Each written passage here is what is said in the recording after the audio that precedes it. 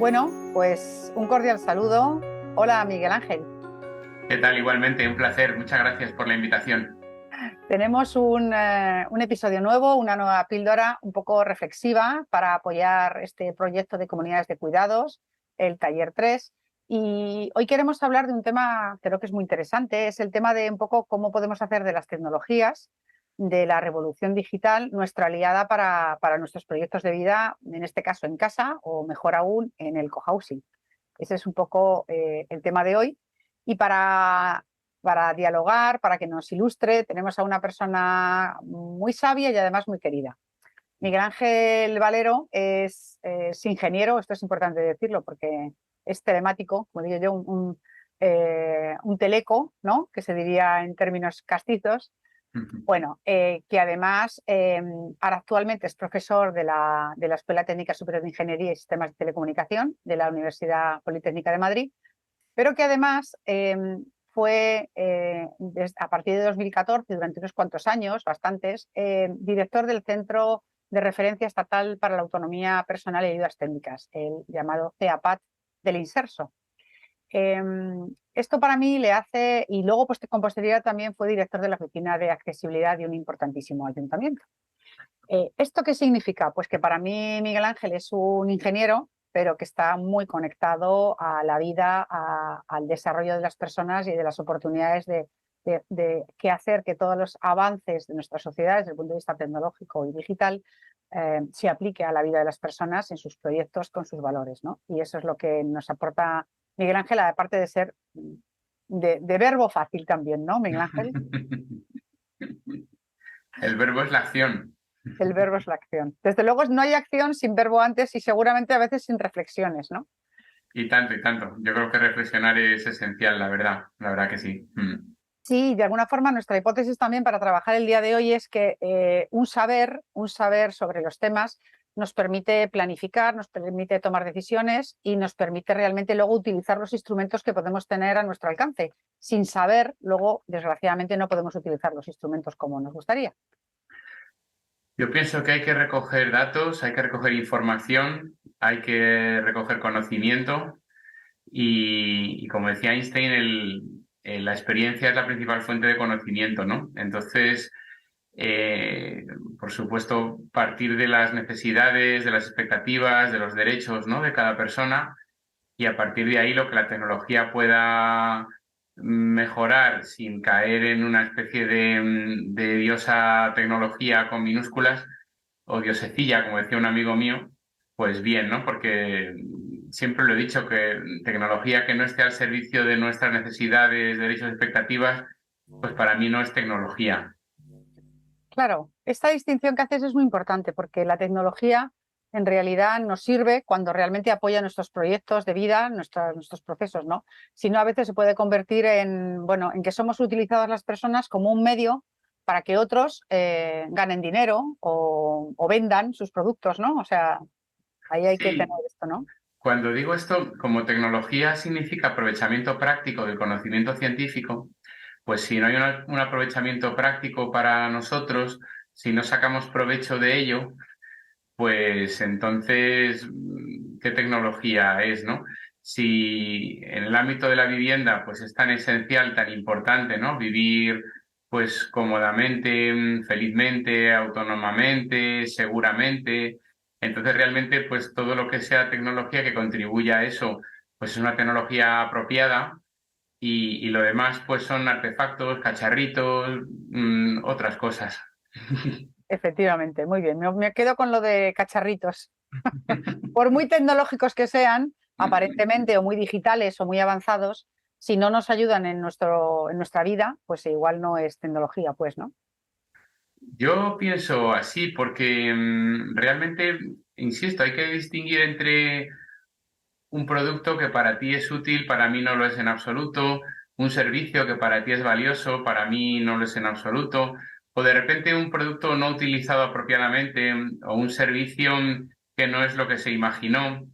Y claro, cuando yo compro, adquiero, me prestan, me regalan un producto, una tecnología para mi vivienda, para mi hogar, a mí me gusta usar mucho la palabra hogar porque es para mí la gran diferencia, ¿no? Cuando hay personas es un hogar. Si no, pues es una vivienda, una estructura, un domicilio. Entonces, ¿qué sucede? Pues cuando esa tecnología, ese producto, ese servicio contribuye a mi bienestar en mi hogar, lo hace más hogar, pues me interesa. Pues nosotros precisamente quizá lo más novedoso que tiene este programa y estas grabaciones, estas conversaciones que estamos teniendo es que está orientado hacia grupos de personas que han decidido libre y voluntariamente hacerse una comunidad intencional para vivir juntos y juntas y si todo va bien y ellas quieren, también hasta el final, ¿no? En esta idea de tener una posibilidad de prestarnos los apoyos o los cuidados que se necesiten dentro del entorno del cohousing, ¿no? Y de alguna forma esta conversación trata de ahondar ahí. Quizá a mí hay un tema que antes de empezar ya quizá con lo práctico, que vamos a ir enseguida, hay una reflexión que a mí me gusta y que yo sé que a ti también, que habla de la importancia de la capacidad funcional, ¿no? Digamos que nuestra sociedad cambia, cada vez somos más longevos, nuestra sociedad y nuestros conocimientos científicos y tecnológicos cambian y hacemos muchas aplicaciones. Y todo eso, cómo articularlo en base a una mirada, que es un poco esta mirada de la capacidad funcional, que yo sé que tú también eres muy fan y si quieres la puedes contar cómo tú la percibes. Sí, bueno, la percepción está muy inspirada en ese documento de la Organización Mundial de la Salud que describe muy bien también la visión desde el punto de vista de las personas mayores, ¿no? Eh, Nuestra capacidad intrínseca, pues, se va modificando a lo largo de la vida y se va transformando y en muchas cosas, pues, tenemos cada vez menos capacidad intrínseca y en otras cosas pues tenemos más capacidad intrínseca, ¿no? Pero si yo asociado, por ejemplo, al envejecimiento, pues pierdo visión, pues esa capacidad intrínseca pues va disminuyendo. Pero si con la ayuda de la tecnología, de un producto de apoyo o de la accesibilidad, pues conservo la capacidad funcional, pues de eso es lo que se trata, ¿no? Entonces, claro, a lo mejor yo no puedo subir las escaleras a mi casa, y esa capacidad intrínseca de mis piernas no la puedo modificar, ¿no? Pero sí puedo coger el ascensor, ¿no? Y entonces la capacidad funcional en el sentido el desempeño, pues no queda menguada, ¿no? Entonces, claro, ya sea en lo cognitivo, ya sea en lo físico, ya sea en lo sensorial, la aspiración es conservar la capacidad funcional al máximo, de modo que, pues, si yo no oigo bien, pues si se sube el volumen de la tele, pues sigo oyendo bien, ¿no? La diferencia un poco, ¿no? También entre intrínseca y funcional, ¿no? Si de repente no veo bien, pero tengo libros en tamaño de letra grande, XL, pues bueno, pues sigo leyendo y mi capacidad funcional en lo que respecta a la posibilidad de seguir leyendo, pues se conservan. Si desde el punto de vista de la capacidad intrínseca, a través de una prótesis, de una cirugía o de cualquier otra cosa, pues esa capacidad intrínseca es mejorable o recuperable, pues bendito sea Dios, ¿no? Pero tantas veces eso no es posible y entonces la funcional, gracias a la tecnología, no siempre, gracias a los puntos de apoyo, gracias a una adaptación apropiada de la vivienda, pues bueno, pues puede conservarse en bastante grado eh, hasta un límite, digamos, también razonable, ¿no? Porque hay muchas cosas que la tecnología no puede hacer.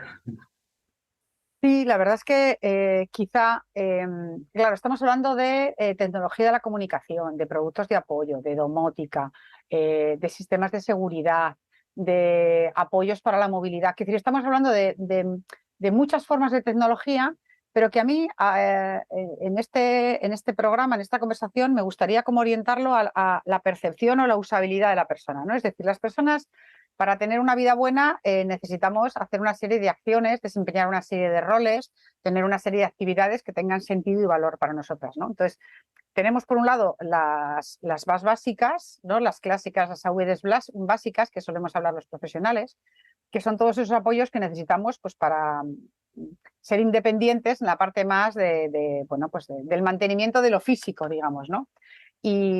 Pero claro, las personas para ser felices también necesitamos utilizar esto de las AVDs, pero también las instrumentales y las avanzadas, es decir, pues poder caminar, poder ir a hacer compras, poder gestionar tu entidad bancaria, poder comunicarte con los demás, tomar decisiones, cocinar, o sea, bueno, todo lo que es nuestra vida, ¿no? A fecha de hoy y desde la cultura que tenemos, ¿no? Y desde ese punto de vista, por ejemplo, si pasamos un poco a la idea de lo concreto, ¿no? Tú imagínate, visibiliza un cohousing, que yo sé que tú sabes de esto, y piensas, por ejemplo, en un apartamento que esté en un cohousing, ¿cuáles serían los elementos que si tú tuvieras que estar diseñando un edificio, entiendo que además todo esto que estamos hablando no solamente es un tema de ingeniería o de tal, es de arquitectura, o sea que el concepto de la accesibilidad universal a todos los niveles, pues es de varias disciplinas, ¿no? Pero bueno, como te tengo a ti, eh, entonces, ¿qué elementos ves tú claramente que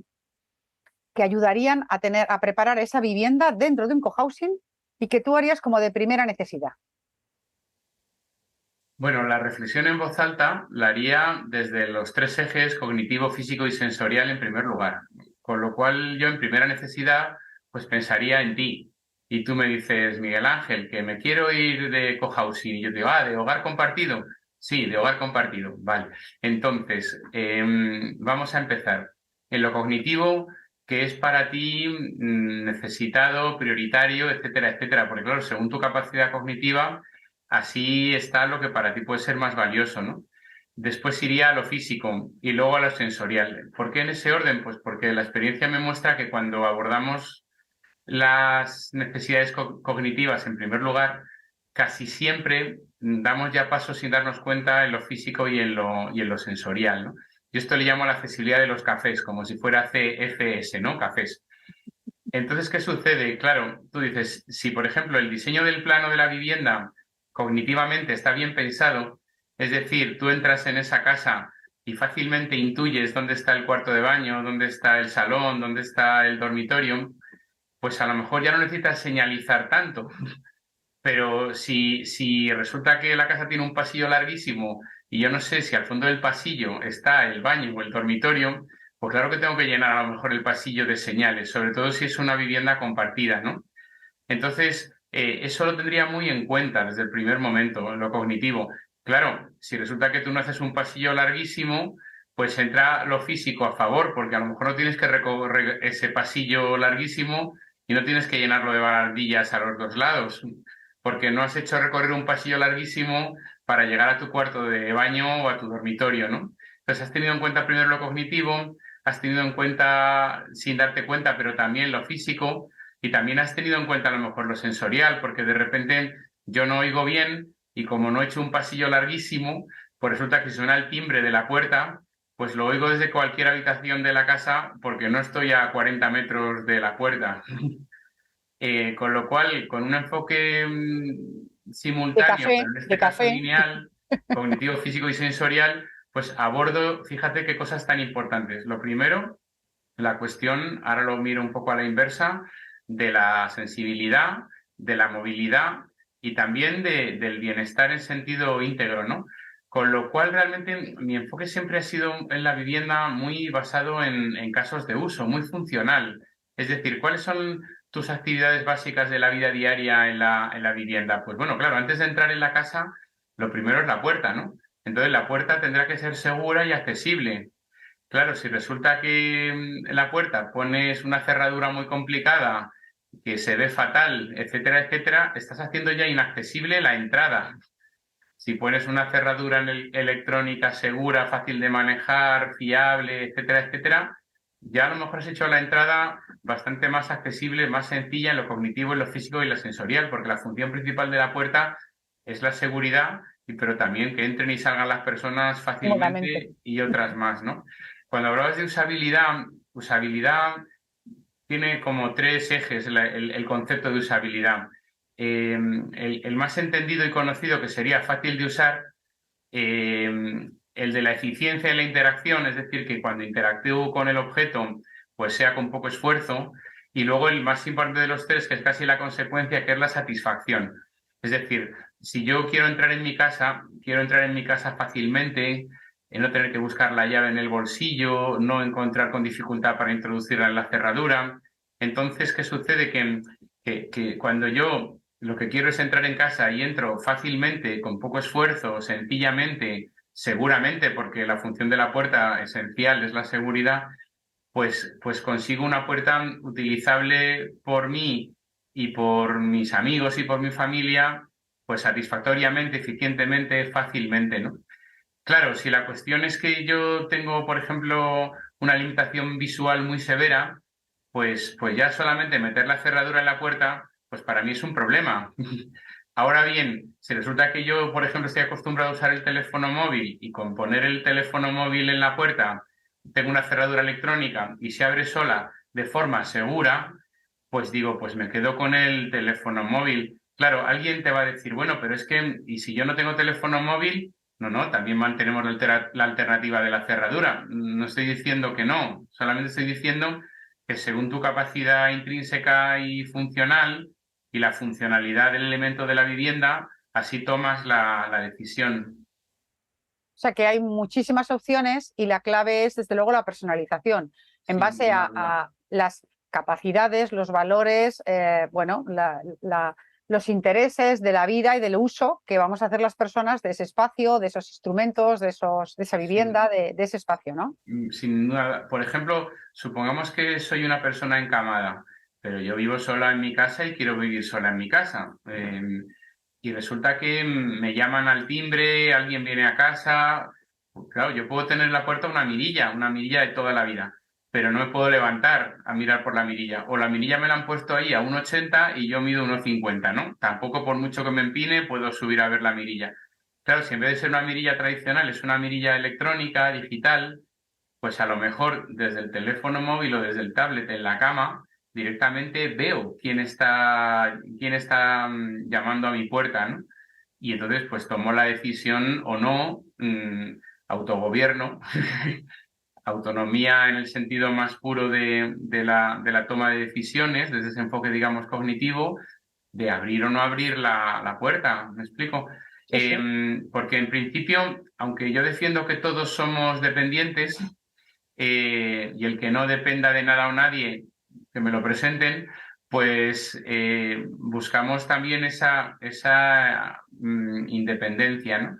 Entonces, claro, oye, que si yo quiero que alguien me abra la puerta, pues bendito sea Dios, ¿no? Pero si lo que yo quiero es no necesitar a alguien que me abra la puerta, pues entonces la tecnología me puede ayudar. Si además es una puerta motorizada, pues yo desde la cama, después de que me he asegurado de que quien viene a mi casa es a quien yo quiero dejar entrar, pues yo también le puedo dar al botón un comando de voz o algo que para mí sea sencillo y abrir la puerta. Y también incluso si la puerta se cierra sola, pues yo me puedo asegurar de que la puerta sea cerrado sola, porque a lo mejor tengo miedo de que quien entra no cierra bien la puerta, ¿no?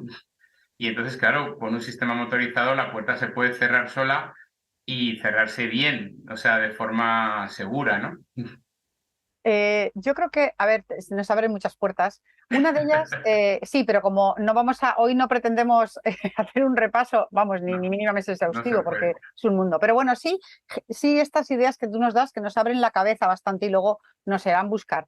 Y buscar referencias y buscar documentos que existen y que los vamos a nombrar o que los facilitaremos más adelante, ¿no? Por ejemplo, hay una publicación muy sencilla en la que tú tuviste mucho aparte, que se llama Haciendo la vida más fácil. Es un registro, un documento muy sencillo, muy visual, muy fácil de leer, que precisamente recoge los instrumentos de apoyo o las tecnologías cotidianas que más usadas por personas mayores relativas a cosas tan sencillas como el uso del teléfono, la cocina, las lupas. Estoy leyendo para que no se me vaya. La autogestión de los medicamentos, la movilidad, por supuesto, propia, el aseo, los tipos de camas para el buen descanso, temas de audición o la movilidad con las scooter o con las estas eléctricas, ¿no? O sea, es decir, ya existen documentos donde uno, cuando necesita en estas actividades de la vida diaria en tu hogar, bueno, pues puede ir a buscar cuáles son los instrumentos más fáciles, más operativos, más económicos, más eficientes, ¿no? Y ir a una buena ortopedia, una ortopedia de confianza, ¿no?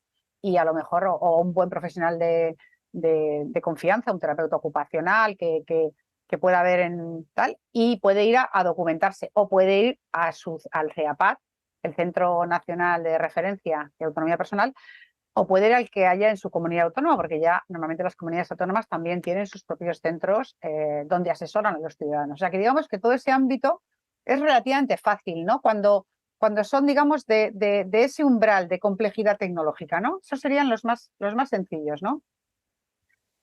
Los productos de apoyo hemos defendido siempre que sean de bajo coste para empezar, porque claro, si empezamos a hablar de puertas motorizadas, persianas que se suben solas, pues la gente enseguida se asusta porque piensa que es carísimo, ¿no? Que también el concepto caro o barato depende de nuevo del valor que tú das al objeto, ¿no? Entonces, en el CEAPAD, la tengo por aquí, hicimos haciendo la vida más fácil,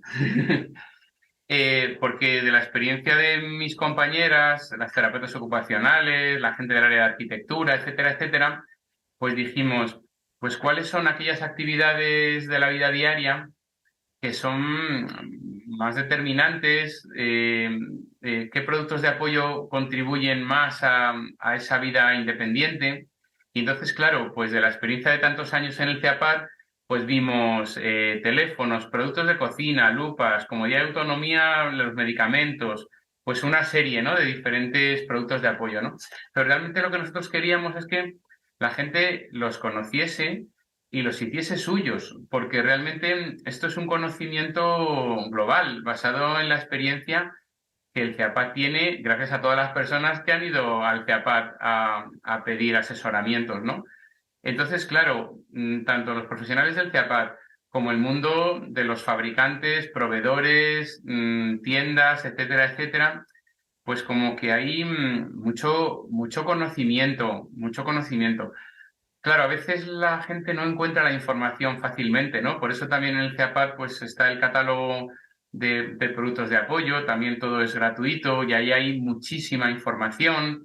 Hay otros centros no, digamos, nacionales, como es el caso del CEAPAD en Madrid, aquí en Vallecas, sino en otras comunidades autónomas. Hay otros centros del Inserso que también dan cierto apoyo en este sentido. Y un buen profesional en una tienda, a la tienda que vayas, pues también debe darte ese apoyo, ¿no? Decías ortopedias, también hay farmacias, es decir, que hay bastantes tiendas en las que hay profesionales con vocación, que es de lo que se trata, ¿no? Pero yo pienso que, por un lado, la ciudadanía debemos informarnos y también los profesionales deben informarse y encontrar así que se alineen las palabras y el pensamiento, ¿no? Como decían los mayas. Porque, porque claro, eh, escuchemos a quien más sabe, a quien tiene más experiencia y a aquel o aquella cuya atención, cuyo servicio, cuyo consejo o asesoramiento esté centrado en la persona, es decir, en tus necesidades, ¿no? Porque, claro, si yo lo que necesito es un teléfono fijo, pues no me vendas un teléfono móvil, porque yo quiero un teléfono fijo. Si resulta que yo lo que quiero es un teléfono móvil, pues no me vendas una tablet, porque yo lo que quiero es un teléfono móvil.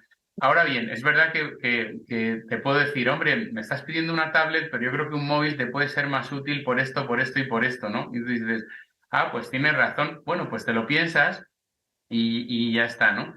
Entonces, claro, los productos de apoyo al final es una colección inmensa de posibles soluciones validadas y demostradas y experimentadas con muchos años de conocimiento, ¿no?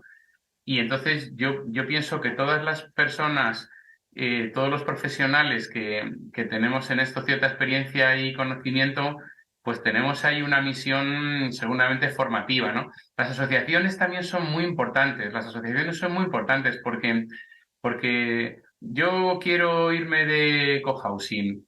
¿A quién pregunto, no? Entonces, si hay una asociación nacional de cohousing, pues voy a preguntarles a ellos, que se supone que son los que más saben de cohousing, ¿no?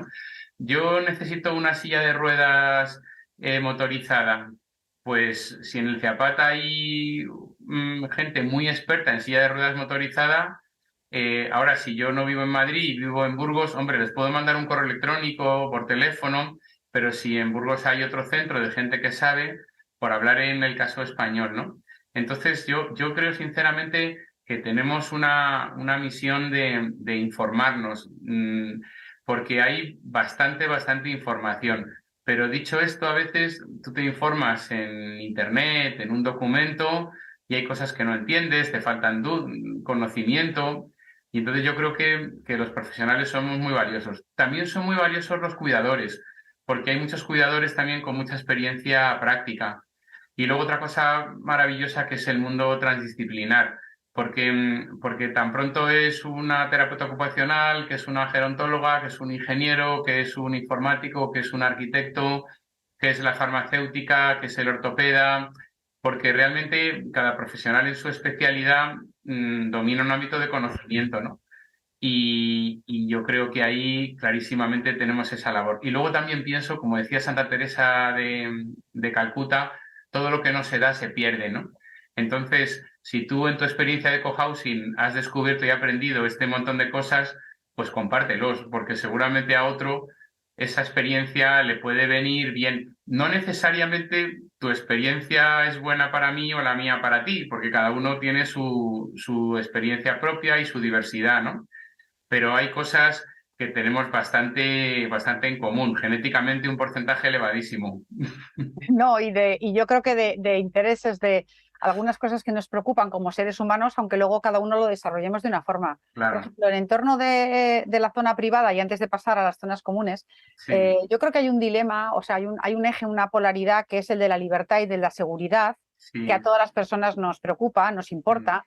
Y de alguna forma tú ya lo has manifestado pues con el ejemplo que has puesto del timbre y de la puerta, ¿no? Pero sí, eh, muchas personas, cuando hemos preguntado qué les interesaba de los participantes de las cooperativas, el tema de la seguridad, el tema de los sistemas de vigilancia, sobre todo en personas, por ejemplo, que puedan tener un deterioro cognitivo, sí, cómo puede la tecnología sí, permitir que estén en sus casas con la claro, mayor independencia y con la mayor claro, autonomía, pero claro, también con unos grados de seguridad adecuados, claro, ¿no? claro. Y ahí tenemos productos, ¿verdad? Sí, modernamente el mundo de los sensores está bastante avanzado para la detección de inundación, de un escape de gas, de humo, etcétera.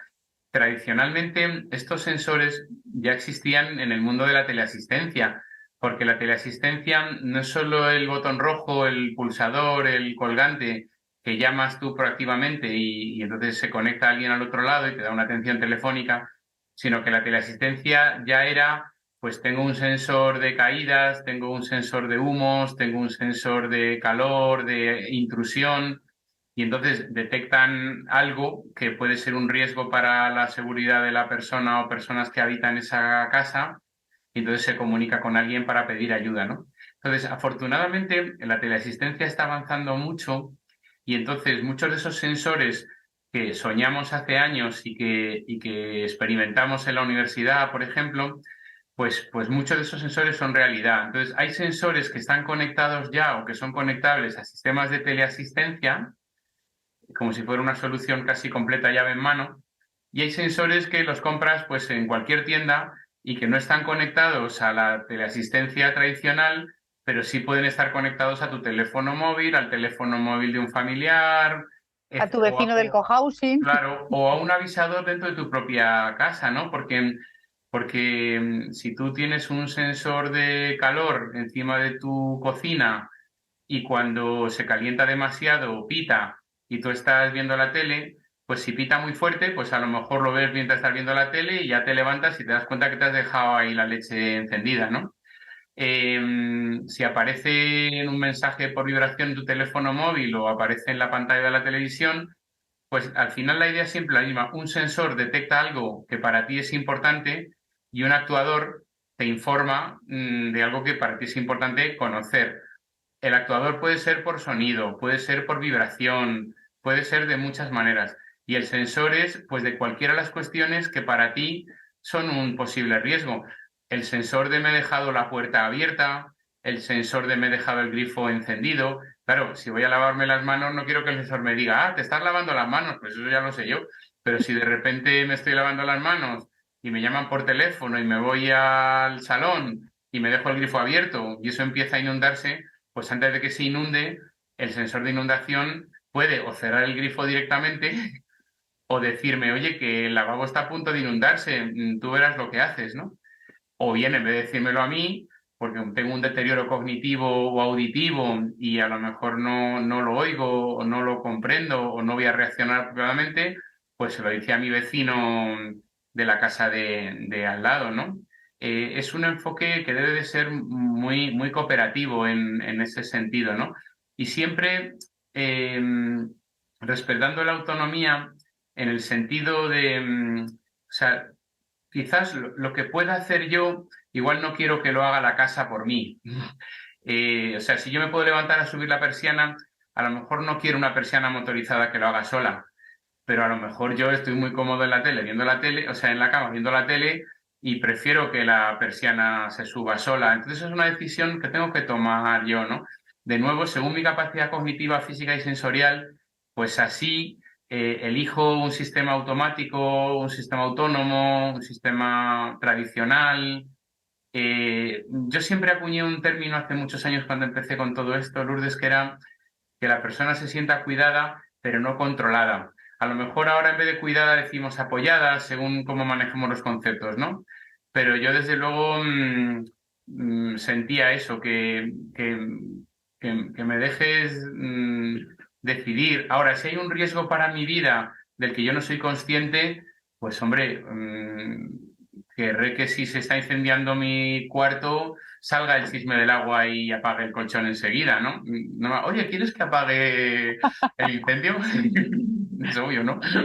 No, pero es verdad, porque ese binomio de libertad-seguridad yo creo que es muy importante en toda la vida, pero es verdad que cuando necesitamos apoyos o posibles cuidados, este eje es muy importante y es más fácil que a veces se salte y entonces hay un exceso de protección para generar un exceso de seguridad y a lo mejor efectivamente la persona, pues hay una invasión, por ejemplo, un exceso de control o un exceso de mirada, por ejemplo, ¿no? En los casos en los que se ponen pues cámaras de vigilancia, etcétera. Es decir, que es verdad que siempre puede haber, y hay de hecho dilemas éticos en relación bueno, cómo generamos esa supervisión, ¿no? De esa persona para optimizar la seguridad cuando es necesario, pero desde qué patrones o en qué ámbitos o en qué escenarios o visto por quién y de qué habitaciones, etcétera.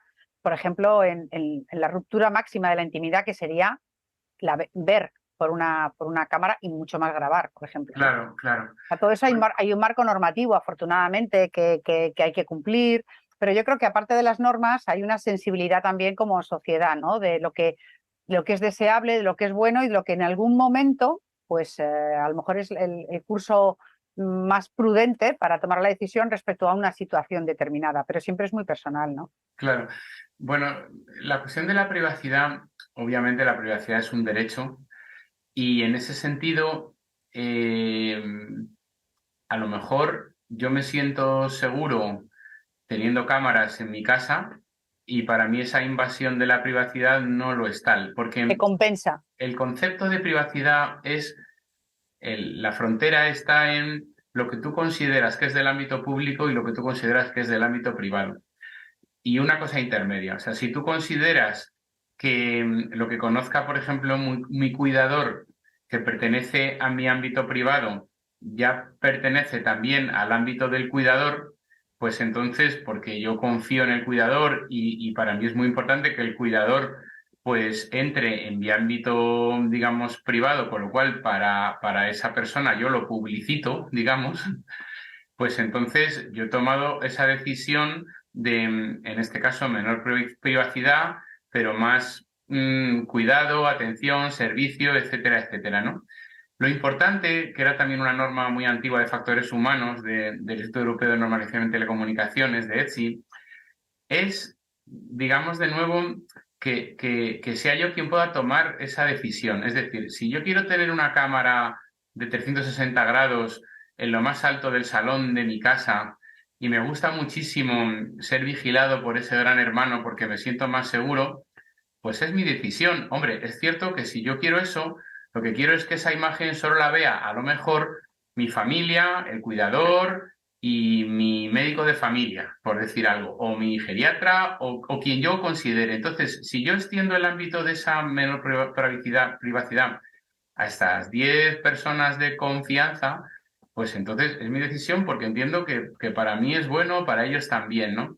Ahora, si resulta que yo compro una camarita por ahí en no sé dónde, que la pongo, digamos, en el salón de casa, que la utilizo para decirle a la camarita o al bichito, ponme música, si desconozco de cuando digo eso, esa empresa se está enterando de todo lo que yo digo y está invadiendo mi privacidad sin ningún pudor, pues ahí hay una cuestión muy, muy cuestionable. Porque claro, de repente yo te regalo ese altavoz listillo, tú piensas que es comodísimo para que te Sin ponga la decir música que te marcas, gusta, pero también tú tienes que saber que pueden estar espiándote. sí, sí. Entonces, si tú tomas la decisión de que no me importa nada que el mundo sepa que te gusta mucho esta cantante, pues adelante con los faroles, ¿sabes? O sea que, pero la cuestión es también la conciencia y la consciencia de la persona que usa, digamos, la tecnología. Entonces, la cuestión ética está en que cada persona tenemos derecho al conocimiento estricto de los datos e información que puede salir de nuestra casa y de ahí tomamos la decisión de si quiero revelar o no estos datos o esta información, ¿no? Porque de nuevo dices, bueno, pues nada, en vez de una cámara con imágenes, pues una cámara, imaginemos, de infrarrojos, ¿no? A través de la tecnología de infrarrojos se ve temperatura, se puede detectar presencia, pero no se ven imágenes. Entonces, si es una cuestión íntima, como que estoy en el cuarto de baño, por ejemplo, pues claro que con ciertas tecnologías se puede detectar presencia en el cuarto de baño sin tener una Una bomba. imagen, o un vídeo o un sonido, ¿no? Eh, Ahora bien, a lo mejor si me he caído en el cuarto de baño y tengo un sistema de videollamada, y gracias al sistema de videollamada, yo que me he caído en el cuarto de baño, puedo ver y me puede ver quien yo quiera, pues a lo mejor para mí es valiosa esa atención, ¿no? Con lo cual, en ese sentido, yo creo que hay que analizar con mucho rigor eh, el coste-beneficio y sobre todo, pues, como hemos dicho ya varias veces, déjame tomar la decisión, pero una decisión informada. Es que no puede haber buenas decisiones sin buena información, ¿no? La autonomía decisoria requiere primero la autonomía informativa. Y Claro. quizá uno de los temas que muy bien comentabas, sin nombrar a las torres o los altavoces inteligentes estos, es que Mm, efectivamente estamos haciendo cesión de información, cesión de datos claro. y con la ingenuidad de que personas, a pesar de que lo hablamos en los medios o en recursos, no acaban de ser conscientes. Yo creo que eso, cuando diseñemos los sistemas que nos apoyen a nosotros en nuestros domicilios, sí que tenemos que efectivamente definir muy bien eso, ¿no? Y ya podríamos pasar, por ejemplo, a lo que son las zonas públicas. Es decir, a mí otro elemento que creo que es muy importante para las personas y conecta con los escenarios comunes de los cohousing es, por ejemplo, todo el tema de la comunicación, ¿no? O sea, la seguridad, la libertad, el poder actuar, el poder desenvolverte, la funcionalidad física, la autogestión, pero claro, indudablemente la capacidad de comunicación es un elemento imprescindible para poder vivir en comunidad, para poder vivir feliz, para satisfacer nuestras necesidades relacionales, ¿no? Y ahí lo sensorial, no solamente lo cognitivo, sino también lo sensorial juega un espacio muy grande en lo que son no solamente el espacio privado, sino el compartido, ¿no? ¿Tú qué elementos crees tú que son imprescindibles como para que un cohousing tuviera en la cabeza para cuando pudiera cometerlo o a lo mejor en el momento de empezar ese diseño esa construcción en relación a esos espacios comunes en el cohousing? Mira, yo empezaría por un acondicionamiento acústico y visual apropiado. Porque claro, si esa sala común está mal diseñada acústicamente y hay un ruido impresionante, no lo quieras arreglar luego con amplificadores. Mm. En primer lugar, utiliza materiales apropiados y como hay muchos expertos en acústica y en ingeniería de sonido, pues hace un diseño acústico apropiado de esa sala común. Porque si vamos a comer ahí todos juntos y queremos comunicarnos mientras comemos y resulta que la sala está mal diseñada y tiene un ruido impresionante No nos por, vamos a oír. por Va a las ser ventanas, un por lo que agobio. quiera que sea, entonces esto no hace falta, antes de intentar arreglarlo con amplificadores y otras tecnologías digitales, acústicamente que esté bien acondicionada, bien aislada, que no haya rebotes. Estoy hablando ahora de un comedor, porque claro, si vas al salón de actos, pues a lo mejor lo que quieres es que el sonido sí que se rebote o amplifique para que cuando habla el que está ahí en el escenario, el de la última butaca, pues le oiga también como en el teatro, ¿no? Y luego en lo visual, pues la luz es muy importante. Entonces dices, jo, es que yo leo fatal. y con menos luz le es peor todavía. Entonces, si visualmente, desde el punto de vista de iluminación, la sala está bien iluminada en su diseño, pues a lo mejor se ve mejor. Es que es de cajón, vamos, no hay que ser óptico para entender esto, ¿no? Entonces, claro, empieza con que lo acústico y lo visual en ese entorno esté bien diseñado, esté bien construido, ¿no?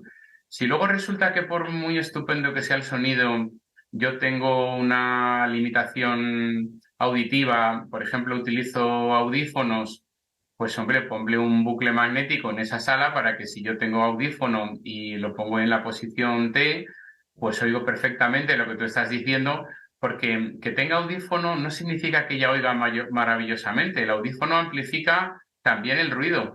Entonces, claro, si hay mucho ruido, pues el audífono hace el hombre lo que puede, ¿no? Eh, Una eh, pregunta, ¿cuánto puede costar ese bucle? Poco, poco. O sea, es que Dime, según la dimensión del bucle podemos hablar de cientos de euros, de miles de euros, porque pero claro, por no es lo cien, mismo poner un bucle para una mesa de 1 metro por 1 metro, que es una antenita de un cuadrado de 1 metro por 1 metro, que poner un bucle para un salón de actos como el CEAPAT, por ejemplo, ¿no? no, pero busquemos una sala donde puedan estar 15, 20 personas. Eh, cientos de euros, pocos de miles como mucho, es decir, pero porque también depende mucho de la tecnología que utilices, de cuántas personas realmente van a utilizarlo, de si son modelos más antiguos o más modernos, ¿sabes? Pero esto es un poco lo que antes decía del coste y el valor, ¿no? Porque claro, la pregunta es, ¿cuánto vale que nos oigamos? Claro, no, no, por Eh, eso. entonces, claro, yo creo que eso vale muchísimo, ¿no? Y yo recuerdo cuando empezábamos en la universidad con el hogar digital accesible, que de repente alguien me decía, ¿cuánto cuesta la persiana esa motorizada, no? Y tú suponte que le decías, pues 1.000 euros. ¡Hala, 1.000 euros, carísimo! Y tú le preguntabas, ¿cuánto te has gastado tú en la encimera de mármol de la cocina? Pues me he gastado bastante más. Entonces, ¿y qué era más valioso para ti, no? Entonces, claro, en relación con los precios, de nuevo hay que informarse mucho, porque yo te digo cuesta 1.000 y a lo mejor hay un modelo del año pasado que ahora ya vale 800, hay otro modelo del año que viene que vale 1.500, o a lo mejor la tecnología de hace 5 años, aunque sea mucho más barata, pues ya hay algunas cosas que no es compatible con la nueva, ¿no? Entonces, Sí, pero bueno, eh, nos ayuda. Yo quería preguntarte un poco, sabiendo que tú no estás en el mercado en el concepto clásico, porque tú no eres un vendedor de tecnología, pero sí claro, que quería esta reflexión respecto, por supuesto, al valor, al claro, valor y al precio, que es algo que claro, también en filosofía muchas veces hablamos, claro. pero también respecto a que muchas veces hay soluciones de elementos imprescindibles para una vida Sí, buena sí, que relativizados con otros costes de lo que puede costar que la parte externa de la casa tenga un color no sé qué, a lo mejor en eso claro, nos hemos gastado pues, claro, y miles de euros y a lo mejor claro, en comunicarnos como grupo humano que queremos claro, vivir juntos, que nos apreciamos y que queremos claro, esa forma de vida, la claro, comunicación, por ejemplo, es algo que hay que cuidar, claro, claro. ¿no? Hemos hablado del bucle magnético como ejemplo para cuando yo tengo audífono, pero si tú no tienes audífono, pero no se oye bien por cuestiones acústicas o porque la gente grita mucho, porque claro, si la gente grita mucho y no nos escuchamos, pues la tecnología ahí tampoco hace milagros, ¿sabes? Porque la tecnología no manda a callar a la gente, salvo que le bajes así el micrófono, ¿no? Entonces, ¿qué sucede? Que si no nos escuchamos, ya es otro tema, ¿no? Pero, por ejemplo, el bucle magnético con el audífono es una solución, pero también hay perfectamente altavocitos de este tamaño con su microfonillo y con un pequeñito auricular en su caso que cuesta 70 euros y en una mesa, digamos, de 10 personas o de 15 personas, quien está hablando, por ejemplo, en el centro, tiene el microfonillo allí, tiene ahí el altavoz y en esa mesa de 10 personas Oímos nos genial. oímos. Ya si nos escuchamos es otra cosa, pero nos oímos, ¿no? Entonces, yo sinceramente creo que el coste es una limitación en, muchísimas menos cosas de las que creemos. Antes yo te comentaba el tema del bajo coste, porque siempre el planteamiento en el CEAPAT y en el centro de Albacete, en el CRMF o el CEAPATito, pues planteábamos el bajo coste porque no sea el coste una razón De de falta de discriminación, para no. adquisición del producto, ¿no? De hecho, distinguíamos siempre entre accesible y asequible, ¿no? Y yo me atrevía a decir, si no es asequible, No es pues no es accesible. accesible, ¿no? Pero mira, por ejemplo, un segundito nada más. Me acuerdo yo que habéis hecho muchos congresos precisamente de bajo coste, ¿no? Sí, Y eso siempre ha sido una forma de difusión de esta siempre, filosofía vuestra que es tan magnífica, ¿no? Yo la conozco hace siempre. muchos años. Ahí en Albacete mis compañeros son Son maravillosos. unos crack, sí. Sí, mira, esto que ves aquí es un altavoz de madera, o sea, además ecológico, sostenible, no sé qué, no sé cuántos. Tú coges el teléfono móvil, el que sea, lo metes dentro de este altavoz de madera, o sea, que no hay que enchufarlo ni nada, y cuando le das, suena mucho más fuerte. Sencillamente porque este cacharro de madera, que lo puede fabricar Es casi una caja de cualquiera. resonancia. Exactamente. Y entonces no consume, es barato y cumple su función, ¿no? Entonces, o sea, hay que también un poco aprender a elegir, ¿no? Y yo qué sé, dices, imagínate, mi problema es que siempre me dejo las llaves cuando salgo de casa. Una solución, no, vamos a poner un sistema de recordatorio electrónico para que tal, pero si pones un papel así de grande que pone no te dejes las llaves, pues es poco probable que te las dejes, ¿sabes? Y más bajo coste que eso, ¿sabes? No, está claro que la inteligencia tiene que guiar nuestras acciones, además del conocimiento, porque es que a veces no esto, ¿no? Mira, yo sé que tenemos que ir acabando, pero hay un punto en el ámbito de los cuidados y de la tecnología y de los apoyos que me preocupa y es eh, cuando queremos atribuir a lo tecnológico unas condiciones de humano, de humanidad, lo que es en el ámbito de la asistencia por robots Sí, y cuando bueno, le damos ese carácter humano a las máquinas y sí, sobre todo cuando las personas llegan a equivocarse y pensar que con quien se están relacionando es con ya, un pseudo humano ya, y no con una máquina. ya, Bueno, estos dilemas éticos que a veces nos planteamos en el ámbito de utilizar la tecnología para el apoyo o los cuidados, ¿no? sí, Tú que no solamente en el presente, sino en el futuro o en el futuro que ahora es realidad en otros países, que igual todavía no en España, pero sí en otras sí, culturas, sí, ¿qué opinas del valor de la tecnología que suplanta lo humano sí,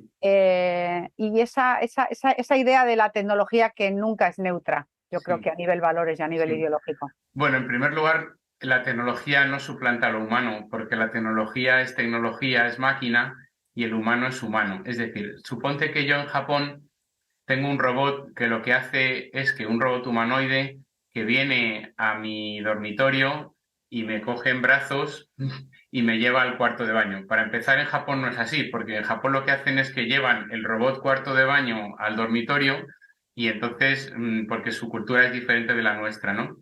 Pues eso no es humano, eso es un robot, ¿de acuerdo? Con lo cual, el robot no está suplantando al humano. El robot está haciendo una función, en este caso, de carga o de transporte, que puede ser muy útil o muy valiosa, y me da igual si es una grúa motorizada de las que puedas tener en tu casa, que un robot humanoide. Al fin y al cabo, estamos hablando de una máquina que cumple una función. Eso no suplanta al humano. Para empezar, ese robot no me pregunta qué tal estás, qué tal has dormido, si eres feliz, etcétera, etcétera, ¿no? Con lo cual no suplanta al humano. Hace una función, como hace una grúa motorizada, por ejemplo, que a lo mejor el humano no quiere hacer o el humano no puede hacer, que es muy diferente, ¿de acuerdo? Eso por un lado. Por otro lado, eh, robot, ya sabéis que se suele decir que significa esclavo, ¿no? Y también, digamos, Aristóteles hablaba también de eso, ¿no? De los robots esclavos, etcétera, etcétera, ¿no? Con lo cual, realmente, de nuevo, si yo decido yo decido que una máquina pues se ocupe de tareas que yo no me quiero ocupar, pues por ejemplo, a mí el lavavajillas me parece súper útil, ¿no? Entonces, a lo mejor suplanta a mi persona porque lava la vajilla por mí, pero yo desde luego me encanta ser suplantado por el lavavajillas, ¿sabes? Entonces, claro, esas tecnologías que contribuyen a mi autonomía, a mi vida independiente, a mi bienestar, a mi comodidad y muchas cosas, pues son más que bienvenidas, ¿no? Ahora bien, si a mí resulta, imagínate que me gusta mucho leer y entonces tú llegas con un robot que lee por mí y entonces digo, entonces yo ya no leo, ahora yo solamente escucho.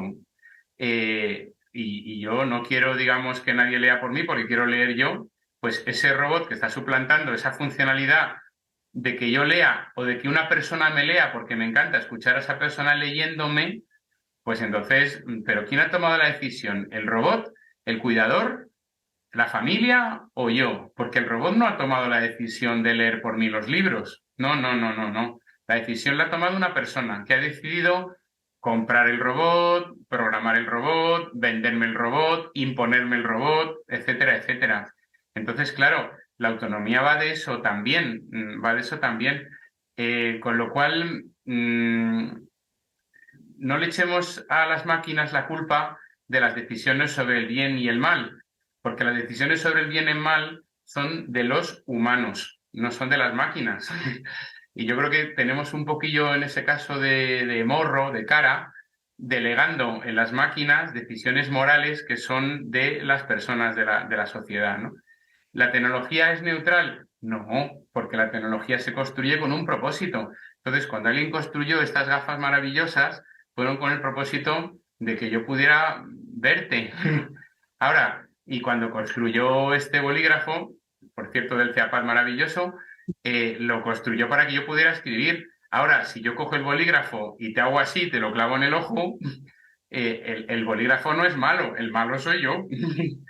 Y si yo cojo el bolígrafo para escribir cosas maravillosas aquí, entonces el bolígrafo no es bueno. El de las cosas, bueno, perdón por el ejemplo, pero si lo son maravillosas, pues sería el Tuyas. buen Dios que me ha inspirado. Pero entonces nosotros somos los dueños de la tecnología y cuando nos imponen tecnología, pues a lo mejor tenemos también cierta responsabilidad en aceptarla, y callar la boca.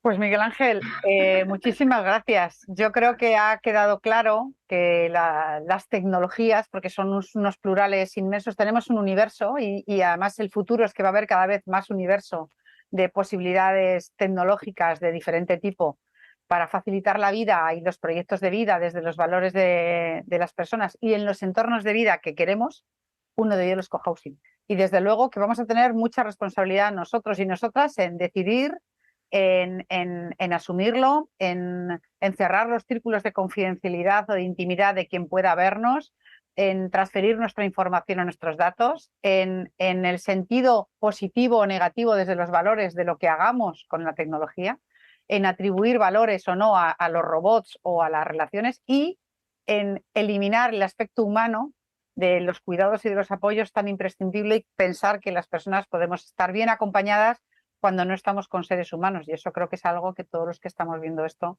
sabemos que no, que necesitamos el contacto humano y la relación humana. Y le daremos a las máquinas estas otras tareas que nosotras no queremos hacer, pero para poder hacerlas que sí que son importantes, ¿no? O sea, que nos pongan en lavavajillas para poder tomar un buen café después de la comida, todos juntos, ¿no? Determinante. Esto lo vamos a votar todos. Pues Miguel Ángel, muchísimas gracias y bueno, estamos en contacto, nunca se sabe para qué colaboración, que desde el proyecto de comunidades de cuidados pues nos encantará contar contigo. Pues el agradecimiento es mío también, ¿eh? Un placer. Muchísimas gracias, a vuestra disposición. Muchas gracias, un abrazo. Un abrazo.